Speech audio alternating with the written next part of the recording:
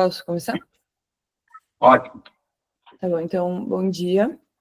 Eu vou apresentar o quarto caso do nosso livro de casos clínicos. É uma paciente feminina de 58 anos que percebeu em exame clínico uma massa incoroide no olho direito. Ela não tinha nenhum sintoma associado, a visão dela era de 20/20 nos dois olhos. E esse exame de rotina foi observado essa massa pigmentada próxima à verticosa infratemporal no olho direito. Não tinha hemorragia associada, nada de fluido, e nem drusas e nem outras patologias associadas. Vocês querem falar alguma coisa sobre isso? De diagnóstico diferencial? Só uma elevação, né? Sem exudação, sem sangramento, só uma elevação periférica. Isso, sem neovascularização, só realmente essa massa aqui, que eu não sei se vocês estão conseguindo ver bem. Na hora que ele descreve que é bem na topografia da verticosa, ele dá uma dica. Ele dá uma dica. A gente já tem uma hipótese diagnóstica forte aí, mas só um comentário que lesões tumorais nessa região são muito incomuns. Então, que seria um diagnóstico diferencial, como está todo mundo pensando, eu vou deixar você evoluir mais aí, mas assim, um diferencial seria com tumores, né? Claro que isso tudo aí sugere uma situação vascular, mas ou a lesão é mais anterior no corpo ciliar ou é lá no polo posterior. Raramente a gente vê uma metástase ou um melanoma de coroide nessa região. Topograficamente, eu não tenho os números, mas topograficamente é polo posterior disparado aí, né? Onde a gente vê mais essas lesões tumorais, sejam elas primárias ou metastáticas. Então, eu não, um diagnóstico diferencial com essas alterações que você vai com certeza comentar seriam de lesões tumorais, elas seriam extremamente incomuns nessa região. Uhum. E o que vocês pediriam de exame? Um exame bem importante para essa patologia específica, que tem várias... Eu pediria um ultrassom normal e com o paciente fazendo valsalva. Sim. Endocianina ajuda também, mas eu acho que é o mais importante mesmo. Tá bom. Então, a gente pediu ultrassom. E o que foi observado, de fato, que a lesão aumentava com a valsalva e também com a digitopressão, ela diminuía em volume. Então, ótimo exame, essa lesão. Então, essas são algumas perguntas, né, que é interessante a gente perguntar quando a gente está vendo uma lesão em fundo de olho. Então, se ela tem alguma história de crescimento, se a paciente tem história de... porque tipo, esse crescimento pode ser observado principalmente em lesões malignas, mas lesões benignas, como varizes, né? O nevo de coroide ou hipertrofia congênita de RPR, a gente não espera que elas cresçam. Também é interessante perguntar se o paciente tem alguma história de câncer sistêmico, porque eles podem fazer metástase para coroide. Se o paciente tem alguma história de fotopsia ou, enfim, alguma outra queixa visual, porque os melanomas de coroide, eles podem causar sintomas. E também a gente tem que observar bem se tem algum outro sinal sugestivo de alguma outra patologia, algum outro sinal, alguma outra lesão associada a essa lesão primária. Então, se ela tem neovascularização, se, enfim, tem algum outro sinal que pode ser importante nesses casos. Então, basicamente, é uma mulher de 58 anos que notou em exame de rotina, uma lesão moderadamente pigmentada, próxima à vorticose em um dos olhos. Então, como a gente estava conversando, né, a gente tem que ter em mente os diagnósticos diferenciais. Então, um dos diagnósticos diferenciais seria o nevo de coroide.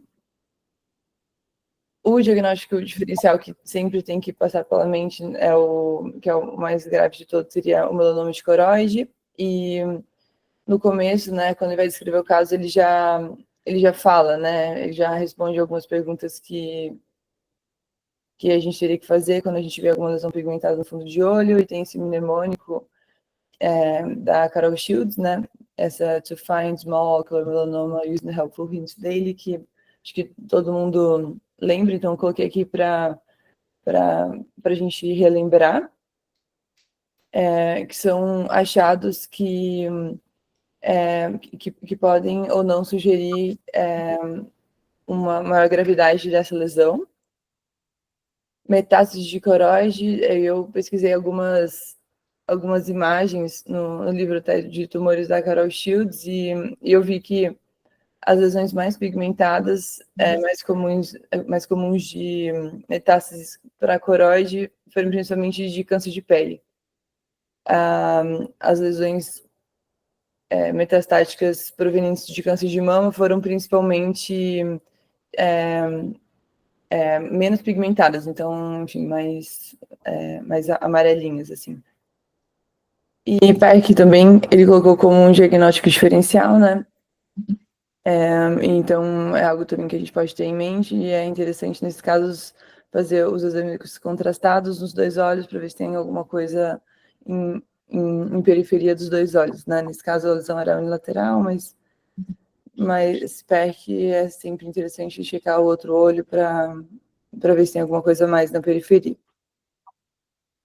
Alguém quer fazer algum comentário? Posso continuar? Eu quero. Qual é o exame que a gente não vê muita utilidade ainda, mas que poderia ser muito útil nesse caso? É o CTA? Não. Não. O CT estrutural de periferia, né? Porque a gente não tem esses aparelhos, né? Hoje vocês têm aí o Silverstone, e aí o que acontece? Se a gente tivesse hoje um paciente desse, o que vocês esperavam encontrar no ACT que só é possível fazer com esses aparelhos novos na periferia? Avaliação de coroide? Sim, mas qual a característica dessa lesão que seria única? Dilatação. Dos vasos, né? Seria a textura, né? Seria uma lesão hipointensa. Você tem um lago venoso, então você veria uma lesão hipointensa, que não acontece em nenhuma das outras hipóteses que você está elencando. Então, assim, se você tiver um ACT de grande ângulo, aí é um no-brainer, aí não precisa fazer ultrassom, não precisa fazer nada. Você faz lá o ACT, você vai ver uma lesão oca, né? Vamos dizer assim, como se fosse uma caverna de coroide, né, na verdade. E a caverna não acontece lá, então aí matou. Todas as outras lesões são sólidas. Essa é uma lesão, seria um lago venoso, então você veria uma lesão hipointensa, né? No ACT, sem sombra, uma sombra diminuída, né? Sem shadowing. E aí, eu acho que assim, tendo um ACT de grande ângulo, não precisa de nenhum outro exame. Faz um ACT de grande ângulo, aí não tem nada para confundir com isso. Eu brinco que o ultrassom, né, o objetivo do ultrassom na medicina é distrair o paciente enquanto o governo não autoriza o exame certo. Assim, tudo, abdômen, tudo. Faz ultrassom. Aí, não, agora faz a tomo. Então, assim, aí também seria ultrassom, mas aí até ter o ACT de grande ângulo. Tendo o ACT de grande ângulo, não sei o que vocês pensam. O Anfase também ajudaria, né, Valentina, a gente fazer, né, acho que o estrutural, mas o Anfase também interessante nesses casos. Mas assim, o ACT, eu acho que nesse caso, se tiver, já manda fazer logo e matou, pronto. Lá não tem nenhuma outra lesão que dê isso no ACT, uma lesão intensa de periferia, assim, média periferia, pelo menos não tem. Eu acho que outro diagnóstico diferencial que teria aí seria o hemangioma circunscrito, né? Mas pela localização, o hemangioma circunscrito no Equador é super raro, né? Talvez até exista, mas geralmente os hemangiomas estão restritos mais de polo posterior, mais aparente. Porque eu acho que aparentaria mais essa lesão que foi descrita aí, né? Uma elevação pouco pigmentada, então eu colocaria como diagnóstico diferencial aí também, e talvez fosse o mais semelhante ao nosso aqui aí. Carol, eu sei que você montou aí para fazer os diferenciais, agora essa lesão que colocou de Pecker aí, não está bem legal de Pecker, não. Nessa posição, eu penso mais em polipoidal do que em Pecker, que são variantes, né? Está muito em ponto posterior aí, com alterações ativas, tá vendo? A Pecker é mais periférica mesmo, sabe? Dizem que é uma polipoidal na periferia hoje, mas ela é mais periférica do que isso aí. Você vê que tem outras exudações lá superiores, pode ser um IRVAN, pode ser outra coisa aí, não sei. A imagem não está... Não está tão característica. Não. Eu peguei todos do livro de tumores da Carol Shields, mas vou rever. Não é bem assim o que a gente fala quando peca, ainda mais tem outra situação.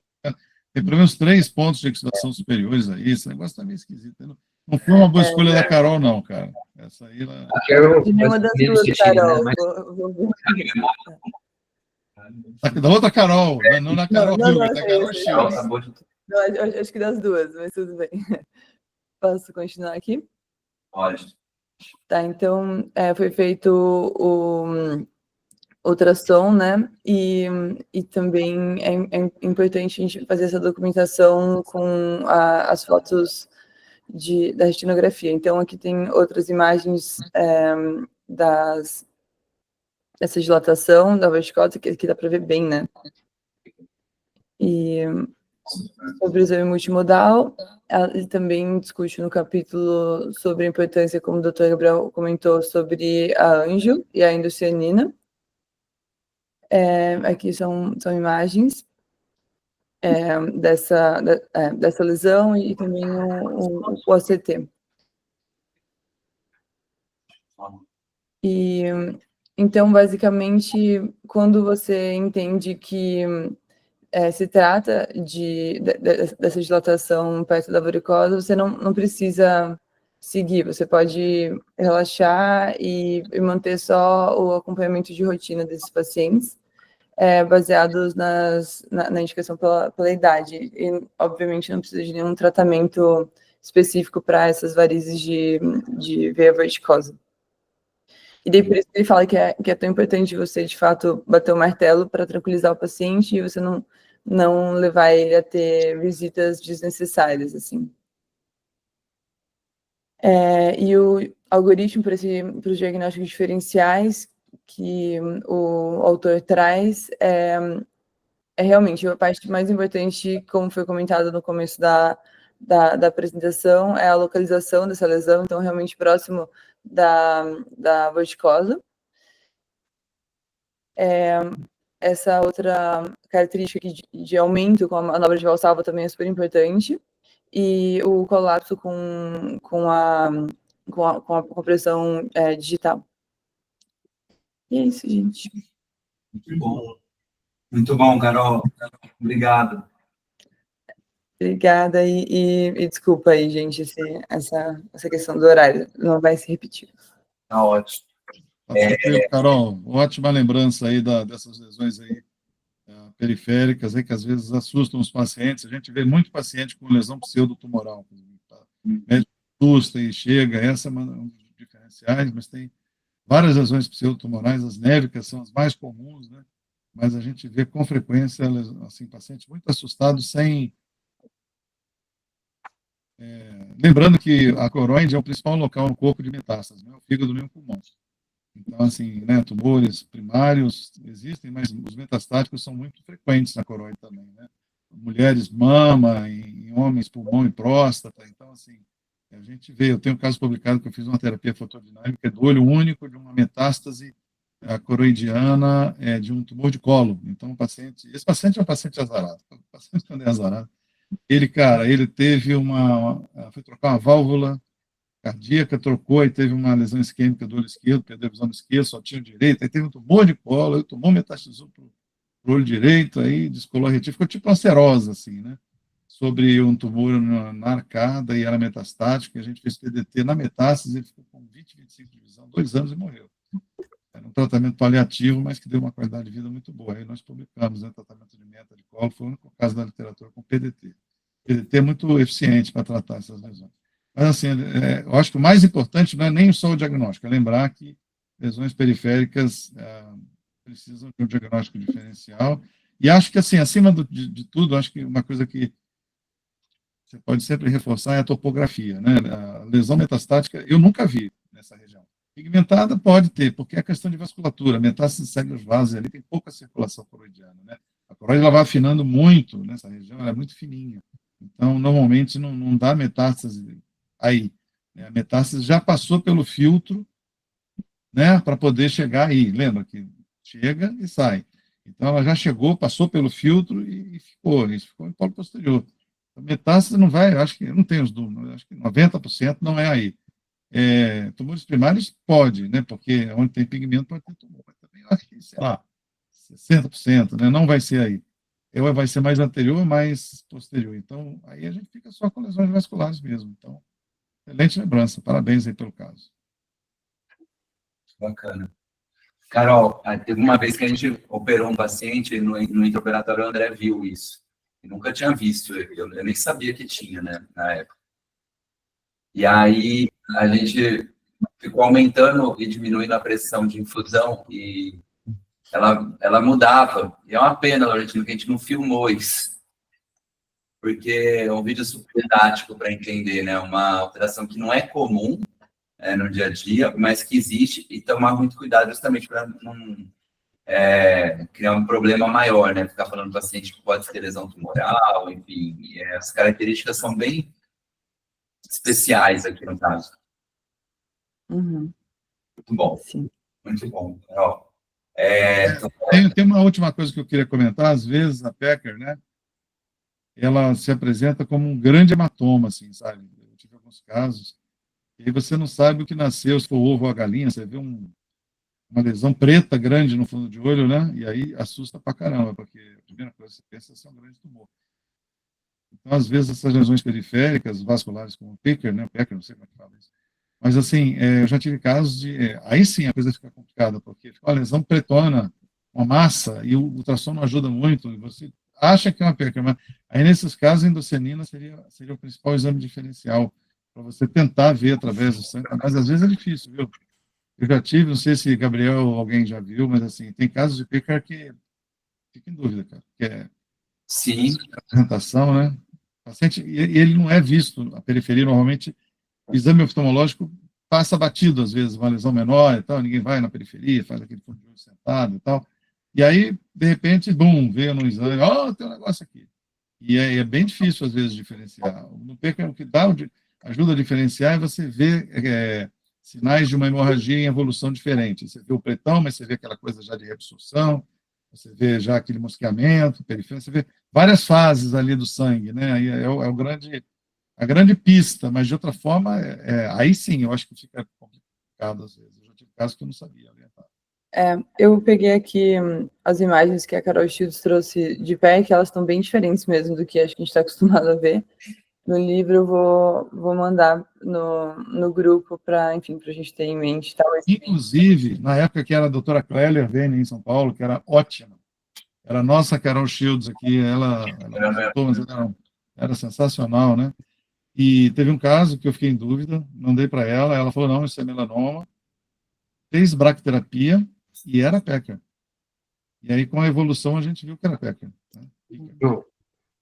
Então, assim, ela mesma e fez braque, cara, porque achou que fosse. Tal, e não sei, acho que é Santa Casa que ela atendia, né, Gabriel?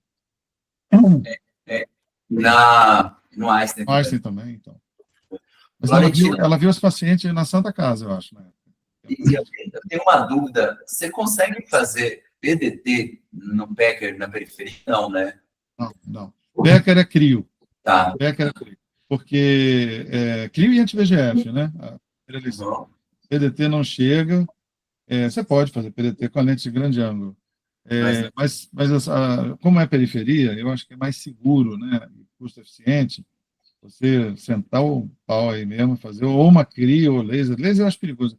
Eu faço anti-VEGF e crio. Né? Normalmente, em casos assim, eu faço crio. Grande, eu faço crio. E aí, é interessante que o PECA ele vai fazendo, às vezes, lesões satélites. Você faz na geografia, você vê. Então, esses pacientes eu combino depois no consultório, a cada 3, 4 meses eu vou fazer uma injeção de anti-VEGF para a gente não ter problema. E aí, não tenho, assim, evidência de que isso resolva, mas faz sentido para mim, eu fico mais tranquilo. Sim. E aí a gente vai fazendo assim, faz sua crio antes, né, o mínimo possível, porque tem membrana, assim, da membrana epirretiniana, que se fizer, principalmente se for superior, inferior dá menos. E aí depois faço anti-VEGF periodicamente. O convênio não vai cobrir, você explica, né, essas coisas. Perfeito. Mas é uma ótima pergunta essa. E eu tinha falado com o Luiz Fernando Teixeira recentemente, ele tinha falado que tem pegado alguns pacientes que abriram casos de Becker, que com uso de umas coisas que a gente não está tão acostumado a pensar. Ginkgo biloba, paciente que faz uso abrindo Becker, e ele pegou um paciente recentemente, começou uma dose alta de canela. Não sei se o paciente usava na alimentação, assim, e então talvez a gente possa ampliar a nossa pesquisa do paciente, do que ele tem usado, porque são anticoagulantes que podem abrir um quadro, né? Você viu alguma coisa, Laurentino, nesse paciente? Você costuma... Cara, confesso que não é uma coisa assim que normalmente eu pergunte, mas tem umas coisas meio estranhas com esses fitoterápicos. Aí, por exemplo, eu tenho um caso, refugindo um pouco, eu tenho um caso de uma paciente, cara, que ela tinha um edema macular diabético gigante no olho direito, esquerdo ela tinha perdido por complicações de diabetes, olho único, e eu tratava todo mês ela com injeção, sabe, Dona Daisy. E ela não melhorava, edema difuso, mas ruim mesmo, 20/200, aquele edema ruim. Aí, de repente, ela voltou boa. Eu falei, ué, Dona Daisy, o que foi? Começou a fazer diálise? O que aconteceu? O que mudou? Ah, eu tive varizes. Sim.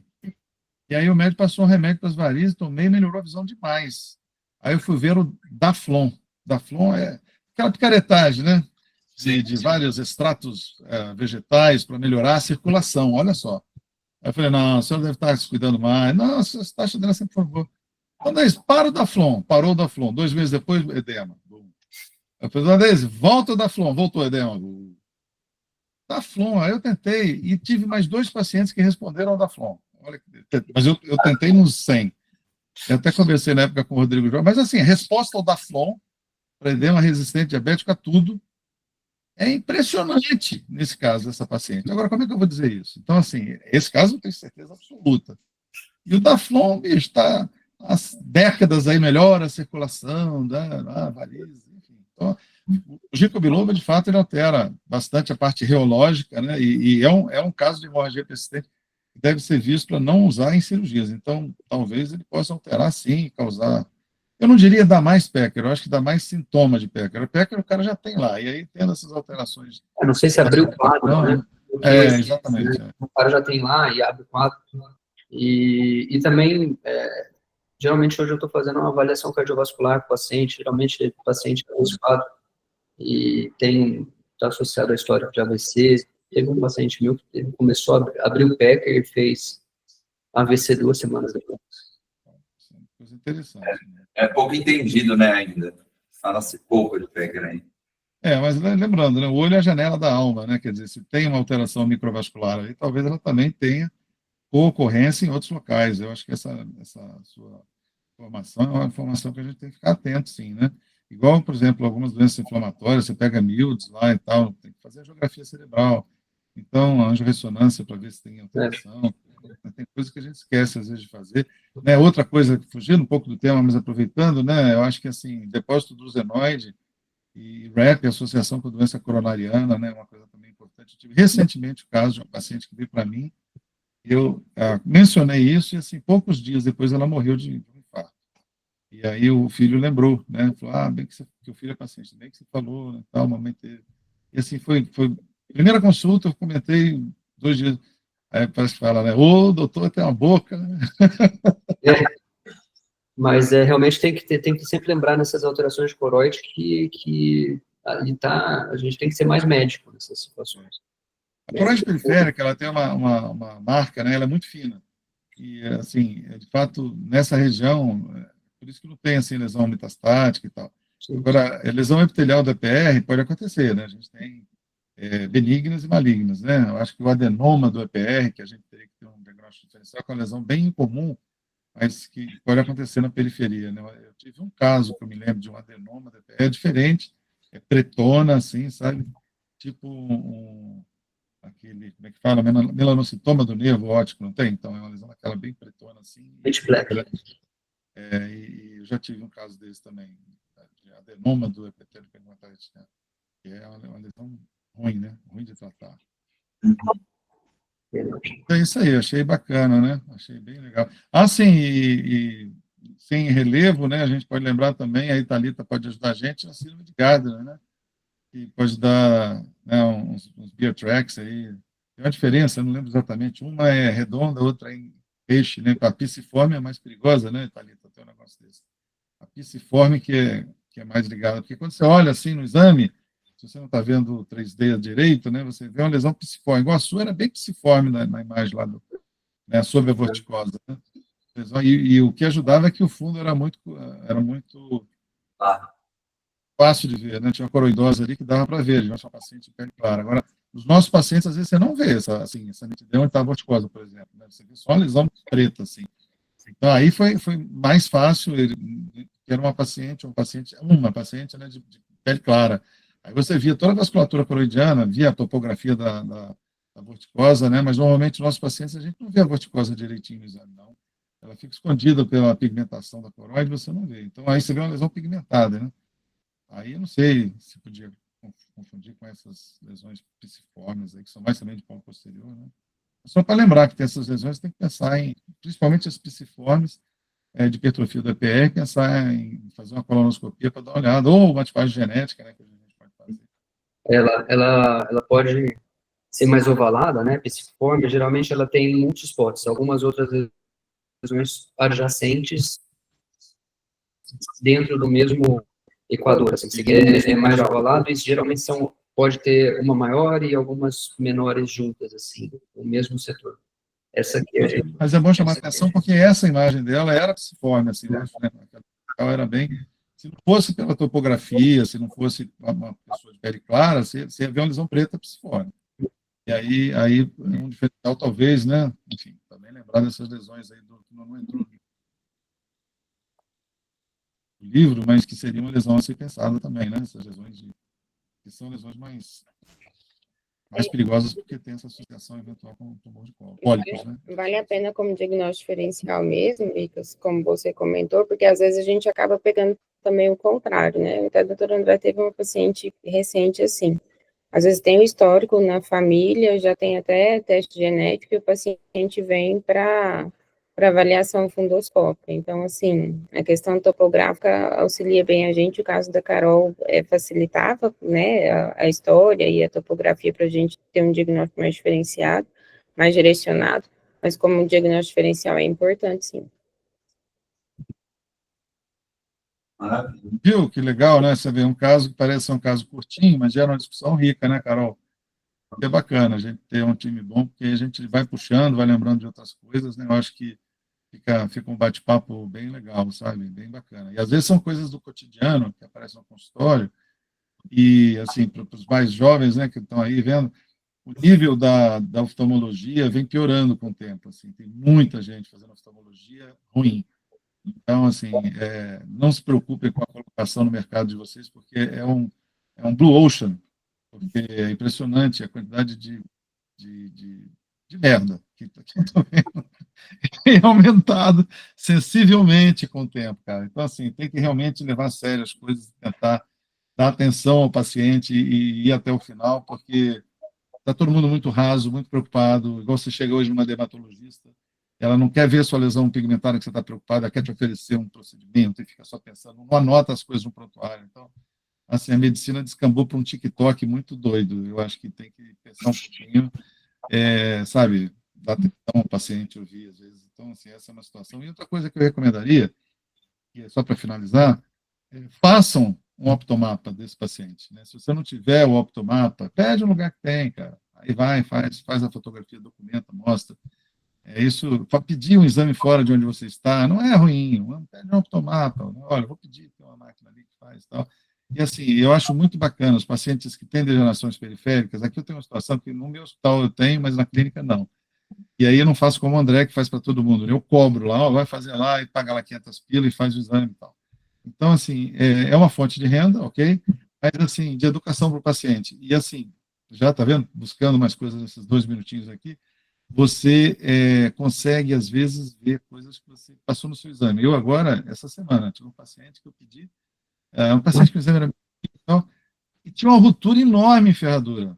Era uma mulher, dificílimo o exame dela, míope, alta míope, clarinha, uma coroidose importante. Eu posso até mostrar numa outra oportunidade a imagem. E quando eu vi, eu sempre peço, quando eu vi, eu falei, caramba, como eu não vi uma ruptura enorme em ferradura, eu não vi. Temporal, fácil de ver. Porque lá, quando você faz o optomapa, o que está acima fica verde, né, pelo laser. Ele dá um contraste dos lasers da imagem pseudocolorida, é mulher. Aí você fala, nossa, pô, deixa eu ver de novo, cara. Botei ela, fiz de novo, não vi. Quer dizer, aí eu vi porque eu tinha. Mas não dá para ver.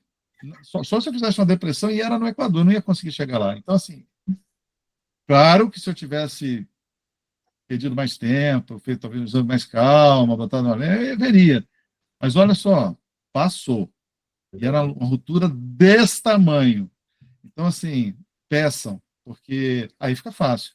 Na hora que você faz o optomapa, cara, aquele laser verde que é mais anterior, se tem alguma coisinha, pum, ele mostra, entendeu? Então, assim, e o exame, a literatura fala, né, de 5 a 10% de misted lesions em treinadores experimentais. Esse foi um dos casos meus. Deu vergonha quando eu olhei, falei, nossa senhora, que ruptura. Grande ruptura, cara, grandona, passou. Então, assim, ainda mais num busy day, sabe, que você está... eu peço para todo mundo, cara, assim, que eu estou vendo, mosca volante, beleza, olha, faz lá, segura e tal. Não quero fazer, beleza, pedi. Sim. Então, eu mando fazer e cobro. Vocês que não vão estar na Retina Clinic no futuro, pensem nisso, né? É uma fonte de rendimento, para ter um Daytona, que é mais barato. Mas se não tiver, cara, peça para fazer em algum lugar, porque vale a pena. E não precisa de impressão, manda o arquivo só. E tá tranquilo. Manda o Daikon, você bota no seu navegador. Vale a pena. Essa é uma lesão que precisaria ser documentada, né? Para você mostrar para o paciente e tal. Vale a pena. Para acompanhar. Maravilha. Bom. Pessoal, semana que vem, a gente não vai ter reunião, mas na semana seguinte, sim. E aí a gente segue a programação daquela planilha que a Carol compartilhou. E muito obrigado aí pela participação de todo mundo. Falou, gente. Bom carnaval, hein? Valeu. Valeu.